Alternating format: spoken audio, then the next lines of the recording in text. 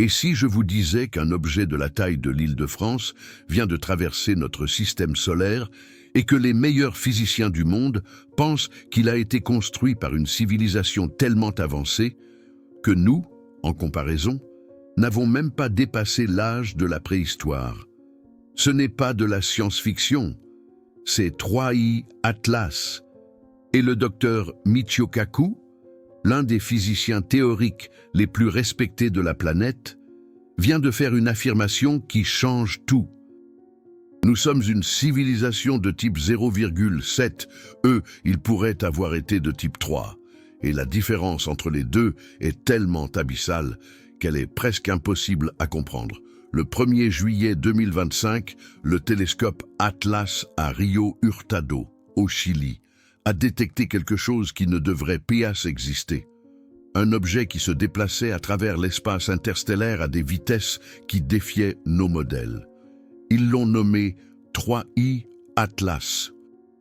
Le troisième visiteur interstellaire confirmé dans l'histoire de l'humanité. Les deux premiers étaient déjà étranges. Oumuamua en 2017, Borisov en 2019. Mais 3I Atlas est différent, fondamentalement différent. Laissez-moi vous expliquer pourquoi. Oumuamua était le premier, 19 octobre 2017. Le télescope Pan-STARRS à Hawaï l'a détecté. Un objet allongé, peut-être 10 fois plus long que large. Il se déplaçait à 26 km par seconde. Et sa trajectoire était hyperbolique, définitivement interstellaire. Mais le plus étrange était ceci. Alors qu'il quittait le système solaire, il a accéléré, pas beaucoup, juste un petit peu, mais suffisamment pour que les scientifiques le remarquent. Et ils ne pouvaient pas l'expliquer. Il n'avait pas de queue, il n'avait pas de coma, il n'expulsait pas de gaz qui pourrait agir comme un propulseur naturel. C'était comme si quelque chose le poussait. Avi Loeb a proposé que cela pourrait être une voile solaire, une voile légère, une technologie qui utilise la pression de la radiation solaire pour se déplacer, comme les voiles d'un bateau, mais propulsées par des photons au lieu du vent. La communauté scientifique l'a cloué au pilori, l'a traité de sensationnaliste. Ils ont dit qu'Oumuamua était juste une comète inhabituelle, que l'accélération pourrait être expliquée par une dégasification que nous ne pouvions pas détecter. Mais ils n'ont jamais prouvé cette explication. Ils l'ont juste supposée, puis vint Borisov, 30 août 2019. Gennady Borisov, un astronome amateur en Crimée, l'a détecté avec un télescope fait maison, un autre visiteur interstellaire. Mais celui-ci était clairement une comète. Il avait une queue, il avait un coma.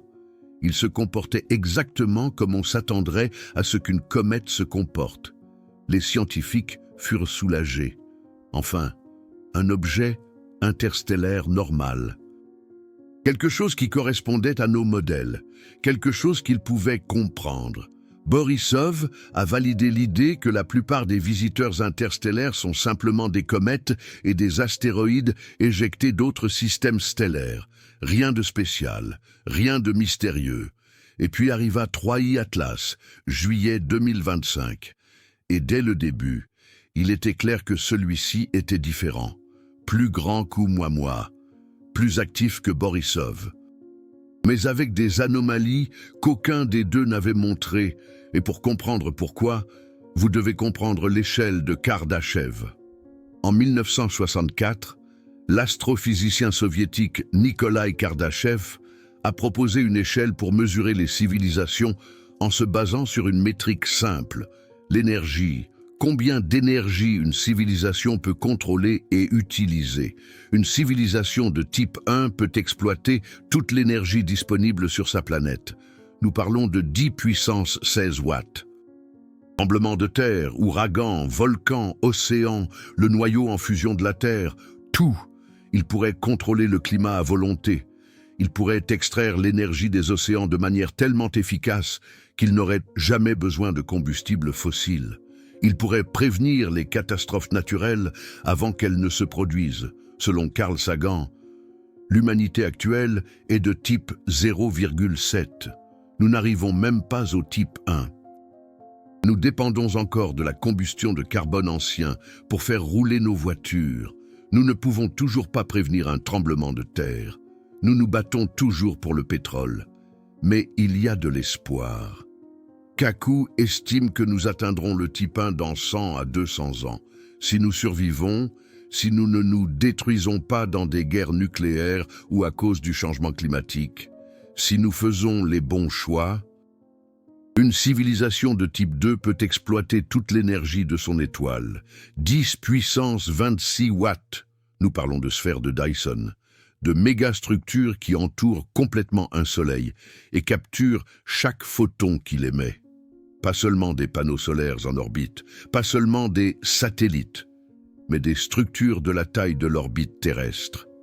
Des billions de tonnes de matériaux construits pendant des millénaires. Cela semble impossible, n'est-ce pas? Mais pensez à ceci, il y a seulement 200 ans, voler était impossible. Les frères Montgolfier étaient considérés comme fous. Il y a 100 ans, les ordinateurs n'existaient pas. Alan Turing imaginait à peine des machines qui pourraient penser. Il y a 50 ans, Internet était de la science-fiction. Une connexion globale instantanée ressemblait à de la magie. Et maintenant, nous avons tout ça, en moins de 3 générations. Une civilisation de type 2 peut exister, seulement pas maintenant, pas pour nous. Kaku dit que nous pourrions y arriver dans 1000 à 5000 ans. Si nous continuons à avancer, si nous ne stagnons pas, et une civilisation de type 3 peut exploiter l'énergie de galaxies entières, 10 puissance 36 watts, 200 milliards d'étoiles, des centaines de milliers d'années-lumière d'extension. Un contrôle total sur l'énergie d'une galaxie complète. Nous parlons d'ingénierie à échelle galactique, déplacer des étoiles, construire des structures qui couvrent des années-lumière, voyager entre des systèmes stellaires comme nous voyageons entre des villes, communication instantanée à travers la galaxie, manipulation de l'espace-temps lui-même. Pour une civilisation de type 3, construire quelque chose comme 3i Atlas serait trivial. Comme pour nous de lancer un satellite, routinier, ordinaire.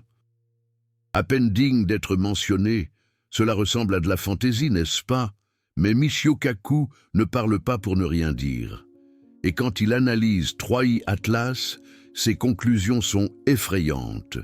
Le 29 octobre 2025, 3i Atlas a atteint son périhélie, le point le plus proche du Soleil, 209 millions de kilomètres, juste à l'intérieur de l'orbite de Mars. Et c'est là que les choses sont devenues bizarres. Les comètes naturelles se comportent de manière prévisible lorsqu'elles s'approchent du Soleil. La glace se sublime. Elles forment un coma, un nuage de gaz et de poussière. Elles développent des queues. Elles suivent les lois de la physique que nous connaissons depuis Newton. 3i Atlas a fait tout ça, mais il a aussi fait des choses qu'il ne devrait pas faire. Premièrement, l'observatoire Neil Gehrels Swift de la NASA a pointé ses instruments vers lui. Et il a détecté de l'hydroxyle. Oh, l'empreinte chimique de l'eau. Parfait, c'est ce qu'on attendrait d'une comète. Mais ensuite, ils ont détecté du nickel. De la vapeur de nickel dans le gaz qui entourait l'objet. Voici le problème. Les comètes ne devraient pas avoir de nickel en quantité détectable. Les comètes sont de la glace, de la poussière, un peu de roche. Le nickel est un métal qui nécessite des processus très spécifiques pour se former. Des processus qui ne se produisent pas sur les comètes naturelles, et puis est arrivé le télescope James Webb, le 6 août 2025. L'instrument de spectrographe infrarouge proche de Webb a observé 3i Atlas. Et les données qui sont revenues ont déconcerté les scientifiques. L'objet expulsait du gaz à des taux qui ne correspondaient pas à sa taille estimée, comme s'il y avait autre chose à l'intérieur, quelque chose générant une pression interne.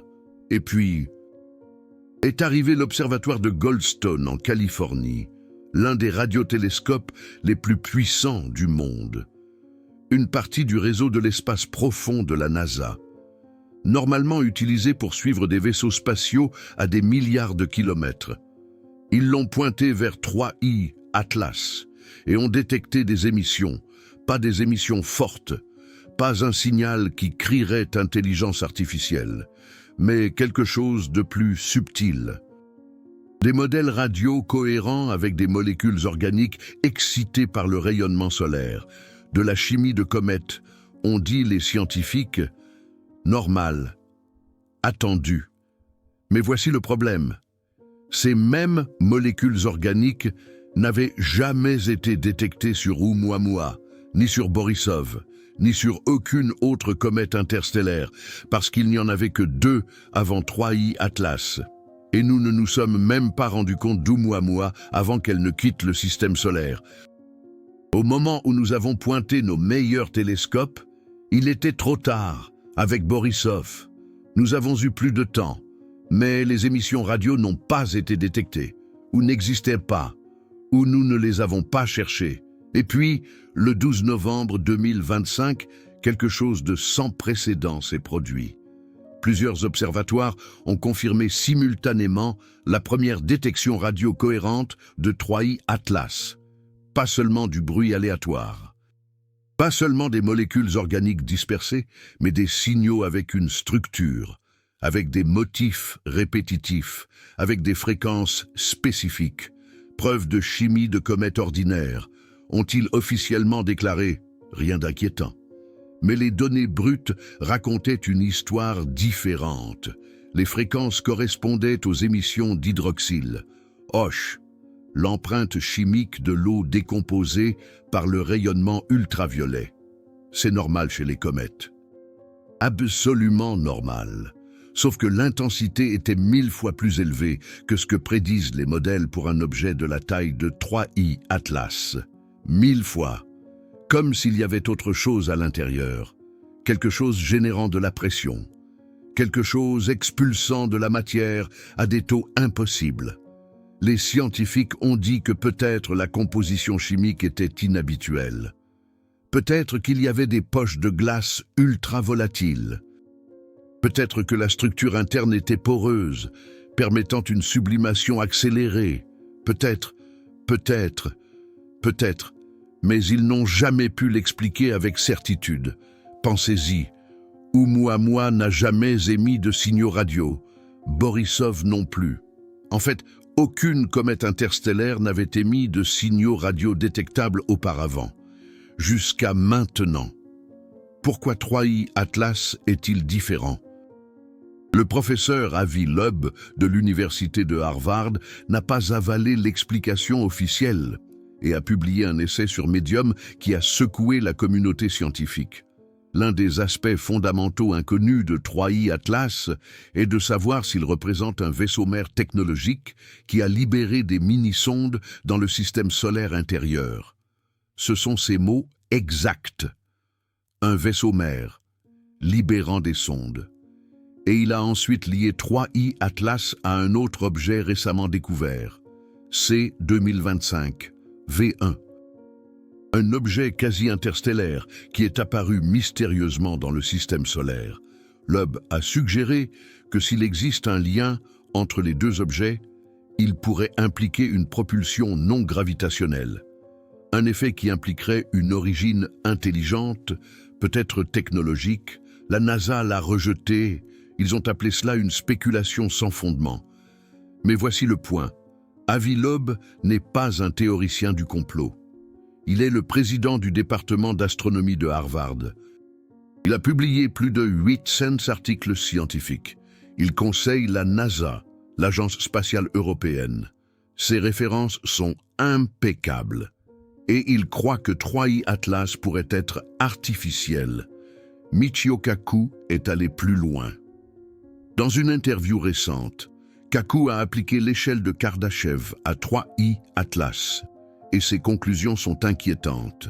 Si 3I Atlas est de la technologie, a déclaré Kaku, alors quiconque l'a construit opérait à un niveau de civilisation de type 3.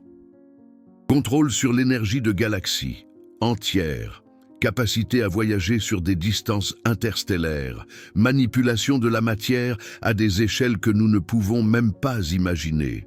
Nous sommes de type 0,7. Nous brûlons encore des combustibles fossiles. Nous nous battons encore pour des ressources limitées. Nous ne pouvons même pas encore dévier un astéroïde de manière fiable. Le fossé entre le type 0,7 et le type 3 est si vaste qu'il en devient presque comique. Imaginez ceci.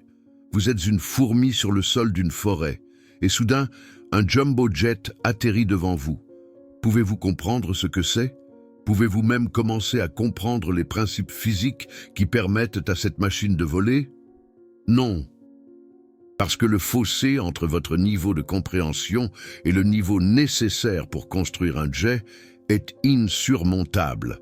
Maintenant, multipliez ce fossé par 1000, par 1 million. C'est la différence entre le type 0,7 et le type 3.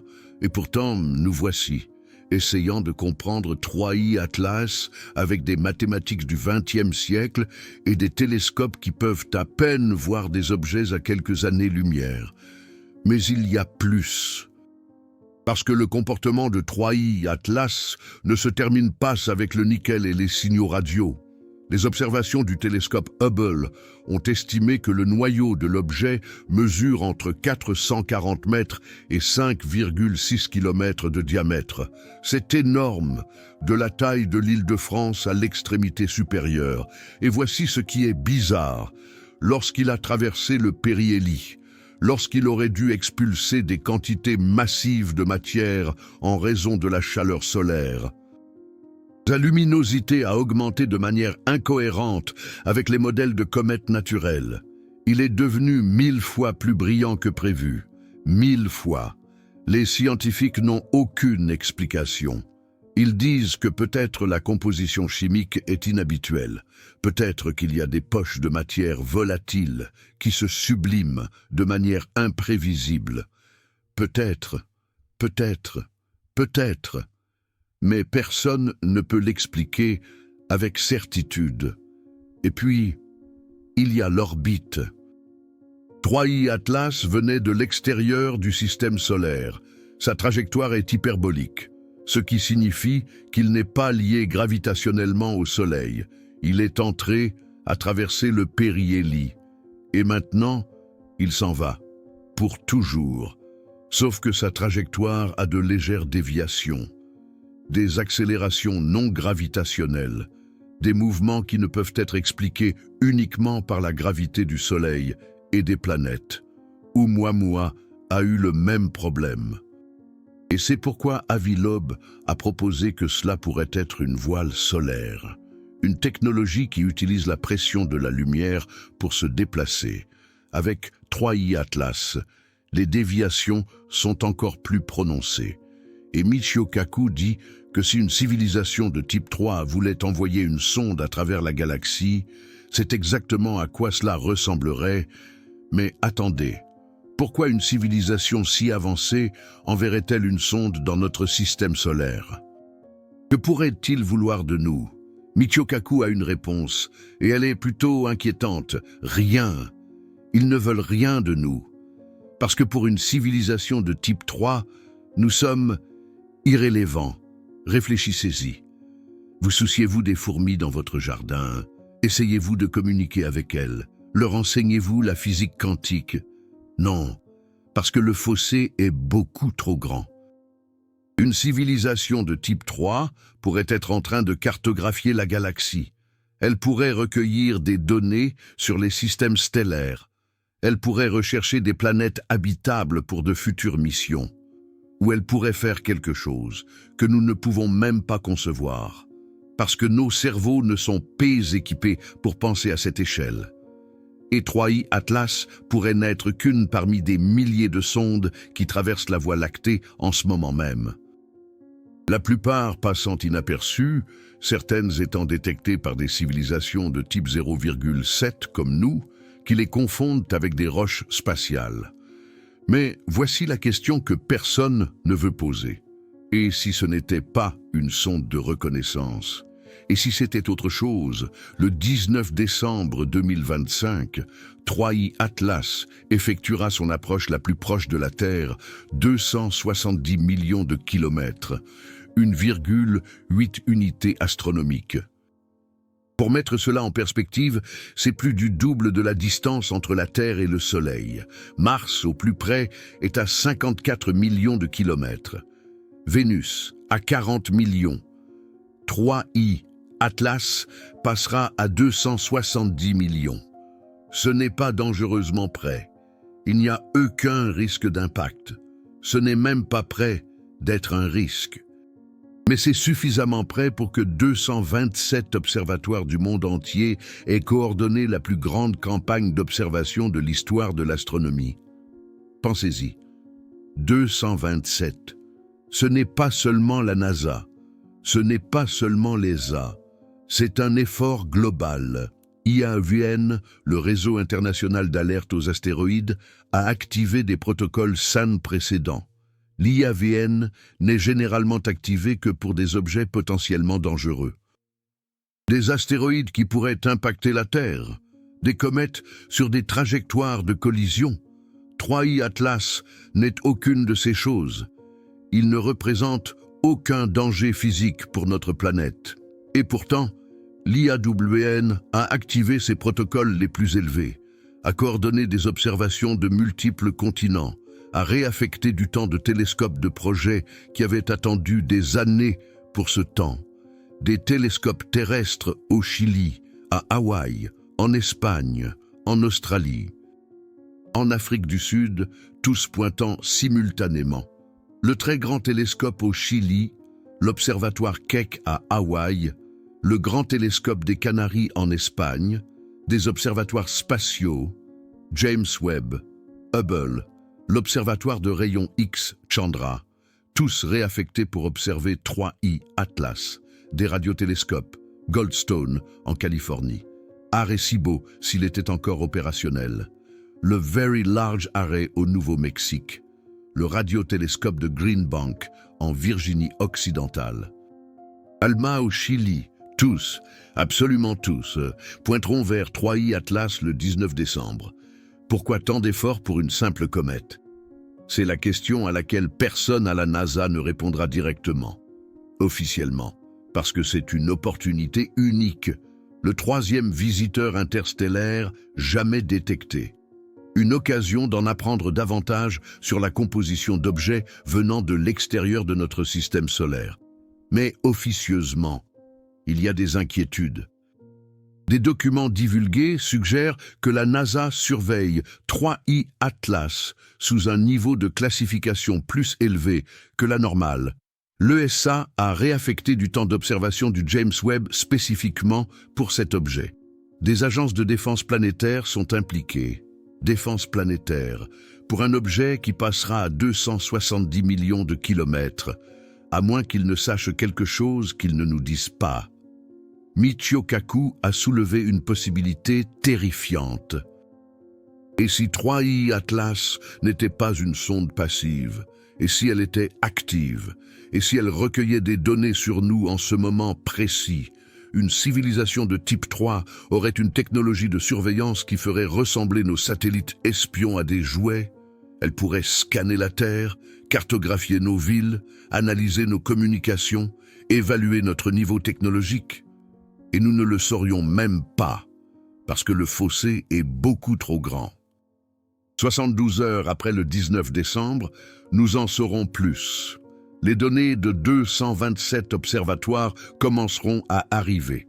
Et ce ne sont pas des données ordinaires, des spectres complets dans toutes les longueurs d'onde, des rayons gamma aux ondes radio. Chaque photon que 3I Atlas émet ou réfléchit sera capturé, analysé, catalogué, des analyses chimiques de précision sans précédent. James Webb utilisera son spectrographe infrarouge pour identifier chaque molécule dans la coma de l'objet. De l'eau, oui, mais aussi du monoxyde de carbone, du dioxyde de carbone, du méthane, de l'ammoniac et des molécules organiques complexes, des acides aminés, peut-être, les éléments constitutifs de la vie, S'il y a quelque chose là qui ne devrait pas y être, Webb le trouvera. Mesure radio de multiples fréquences. Goldstone suivra les émissions des ondes courtes aux ondes longues. Recherche de schémas, recherche de répétitions, recherche de quoi que ce soit qui suggère une structure artificielle. SETI, l'Institut de recherche d'intelligence extraterrestre, sera également à l'écoute. Officiellement, c'est juste une observation piggyback, une observation secondaire. Ils ne s'attendent à rien trouver, mais ils seront à l'écoute de toute façon. Images de haute résolution. Hubble capturera des détails de la surface du noyau, recherche de caractéristiques géologiques, recherche d'irrégularités dans la forme, recherche de quoi que ce soit qui ne corresponde pas aux comètes naturelles. Et puis il y a les données qui ne seront pas rendues publiques immédiatement. Observations militaires, satellites de reconnaissance qui suivent normalement les missiles et les navires ennemis, redirigés pour observer 3I Atlas. Parce que s'il y a quelque chose là-haut qui représente une menace, les agences de défense veulent le savoir avant le public. Des données classifiées qui pourraient prendre des mois ou des années à être déclassifiées, si tant est qu'elles le soient un jour. S'il y a quelque chose d'inhabituel dans 3I Atlas, nous le trouverons. Ou du moins, nous trouverons ce que nos instruments de type 0,7 sont capables de détecter. Parce que c'est ça le vrai problème. N'est-ce pas? Nous ne savons pas ce que nous ne savons pas. Nous ne savons pas quelle technologie pourrait utiliser une civilisation de type 3 que nous serions complètement incapables de détecter avec nos télescopes actuels. Imaginez un avion de chasse F-22 Raptor survolant une tribu isolée en Amazonie. Il le verrait. Un objet étrange dans le ciel, faisant du bruit, laissant des traînées de condensation, mais il ne verrait pas le radar. Il ne verrait pas les communications cryptées, il ne verrait pas les systèmes de guidage laser, il ne verrait pas 99% de ce qui fait de cette machine ce qu'elle est, parce qu'ils n'ont pas les instruments pour le détecter. Nous sommes 7 tribus, et 3I Atlas pourrait être le F-22. Nous voyons une comète, nous voyons du gaz, nous voyons de la poussière, nous voyons des signaux radio qui correspondent à de la chimie ordinaire, mais qu'est-ce que nous ne voyons pas? Quelle technologie de type 3 pourrait être en train d'opérer juste devant nous, complètement invisible pour nos meilleurs instruments? Mais pensez à ceci. Quand les Espagnols sont arrivés en Amérique, les peuples indigènes ont vu leurs navires, de grandes structures de bois avec des voiles blanches. Mais ils n'ont pas compris ce qu'ils signifiaient. Ils n'ont pas compris le concept d'empires transcontinentaux, d'armes à feu, de maladies qui tueraient des millions de personnes. Ils ont vu les navires, mais ils n'ont pas compris les implications. Nous regardons 3I Atlas, mais comprenons-nous les implications? Michio Kaku dit que non. Nous ne le pouvons pas, parce que nous sommes de type 0,7, et eux, quels qu'ils aient été, étaient de type 3. Mais il y a de l'espoir, parce que même si nous sommes de type 0,7 maintenant, nous ne le serons pas pour toujours. Kaku estime que nous pourrions atteindre le type 1 dans 100 à 200 ans. Si nous ne nous détruisons pas avant, le type 2 pourrait prendre des milliers d'années. Le type 3, des centaines de milliers. Mais c'est possible. Et peut-être, juste peut-être. 3I Atlas est un message. Pas un message au sens d'un signal radio avec des mathématiques, mais un message plus profond. Un rappel que nous ne sommes pas seuls. Il existe des civilisations là-bas qui existent depuis des éons, qui ont dominé les lois de l'univers de manière que nous pouvons à peine imaginer. Et que nous, l'humanité, ne faisons que commencer. Le 19 décembre, lorsque 3I Atlas fera son approche la plus proche, 227 télescopes l'observeront. Des scientifiques du monde entier analyseront les données. Michio Kaku, Avi Loeb et des centaines d'autres attendront les réponses. Mais la vraie question n'est pas « Qu'est-ce que 3i Atlas ?» La vraie question est « Sommes-nous prêts pour la réponse ?» Parce que si Michio Kaku a raison, si 3i Atlas a été construit par une civilisation de type 3, alors tout ce que nous croyons savoir sur notre place dans l'univers vient de changer. Nous sommes de type 0,7. Nous apprenons encore à marcher. Nous découvrons encore les règles basiques de la physique. Mais eux, ils ont dominé des galaxies, ils ont voyagé entre les étoiles, ils ont construit des machines qui traversent le vide interstellaire pendant des millions d'années, et une de ces machines vient de passer dans notre voisinage. La prochaine fois que vous regarderez le ciel nocturne, rappelez-vous ceci, 3i Atlas est là-haut, s'éloignant du Soleil, s'éloignant de la Terre, retournant dans l'abîme interstellaire. Et il emporte avec lui des secrets que nous pourrions ne pas déchiffrer avant 1000 ans. Mais nous essaierons, parce que c'est ce que font les civilisations de type 0,7. Nous levons les yeux, nous posons des questions, nous cherchons des réponses. Et un jour, peut-être dans 100 000 ans, lorsque l'humanité sera de type 3, nous enverrons nos propres sondes à travers la galaxie. Et une civilisation jeune, à peine de type 0,7, les détectera, et ils se demanderont la même chose que nous nous demandons maintenant. Sommes-nous seuls? La réponse est non. Nous ne l'avons jamais été. Si cette histoire vous a autant marqué que moi, si vous pensez que ce type d'information devrait être accessible à tous, et pas seulement à ceux qui peuvent payer des revues scientifiques chères, envisagez de soutenir cette chaîne avec un super thanks. Ce n'est pas obligatoire. Mais cela aide à démocratiser le savoir scientifique, à porter ces découvertes à des millions de personnes qui autrement ne les connaîtraient jamais. Parce que le savoir ne devrait pas avoir de prix, et l'univers appartient à tous. Maintenant dites-moi, pensez-vous que 3i Atlas est naturel ou artificiel? Sommes-nous vraiment aussi primitifs que Michio Kaku le suggère? Ou y a-t-il quelque chose que les scientifiques sont en train d'ignorer? Laissez-moi votre opinion dans les commentaires. Et si vous voulez en savoir plus sur le 19 décembre et ce que les télescopes pourraient découvrir, abonnez-vous. Parce que lorsque les données arriveront, nous serons là pour les analyser. Ensemble. Parce que nous sommes de type 0,7, mais pas pour toujours.